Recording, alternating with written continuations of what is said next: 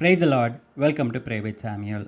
இந்நேரம் இந்த மாதத்திற்கான எத்தனையோ வாக்குத்தத்தங்களை நீங்கள் பெற்றிருப்பீங்க, எத்தனையோ வசனங்களை விசுவாசிக்க ஆரம்பிச்சிருப்பீங்க.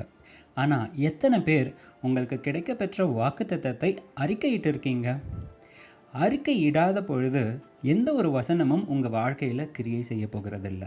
இப்படின்னு சொன்னால் எபிரேயரின் புத்தகம் 10ஆம் அதிகாரம் 23ஆம் வசனம் இப்படியாக சொல்கிறது, நம்முடைய நம்பிக்கையை அறிக்கையிடுகிறதில் அசைவில்லாமல் உறுதியாக இருக்க கடவோம்.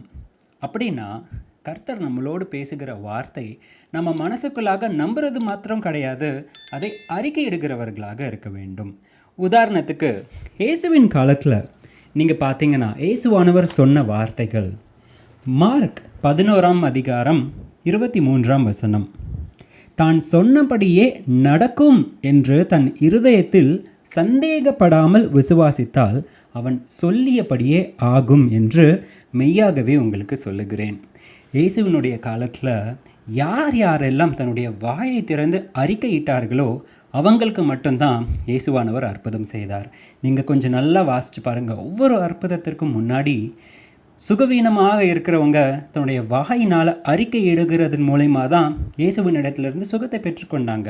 இந்த மாதிரி நீங்களும் ஒரு கஷ்டத்திற்குள்ளாக போய்கொண்டு இருக்கிறீங்க, கர்த்தர் ஒரு வார்த்தைகளை கொண்டு உங்ககிட்ட பேசுகிறாருன்னு சொன்னால் தன்னுடைய இருதயத்தில் விசுவாசித்த மாதிரியே சந்தேகமே இல்லாமல் அறிக்கையிடும் பொழுது அதை உங்களுக்கு அற்புதமாக கர்த்தர் மாற்றி கொடுக்கிறார்.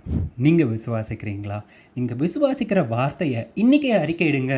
அதை நான் இயேசுவின் இடத்திலிருந்து பெற்றுக்கொள்வேன் என்ற உறுதியோடு அறிக்கையிட்டு ஜெபிக்கும் பொழுது கர்த்தர் நிச்சயமாய் அதை உங்களுக்காக செய்ய உண்மையுள்ளவராக இருக்கிறார். ஜெபிக்கலாமா? பிதாவே, இந்த ஜெப வேலைக்காக நன்றி. உம்முடைய வார்த்தைகளை கொண்டு பேசின கிருபைக்காக நன்றி ஆண்டவரே.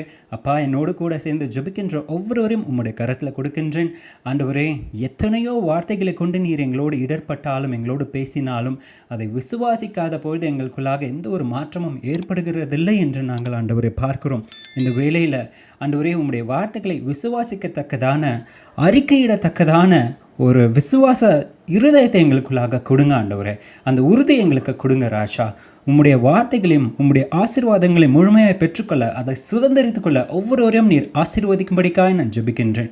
மீட்பர் இயேசுவின் மூலம் ஜெபம் கேளும் எங்கள் ஜீவனுள்ள நல்ல பிதாவே. ஆமென். God bless you.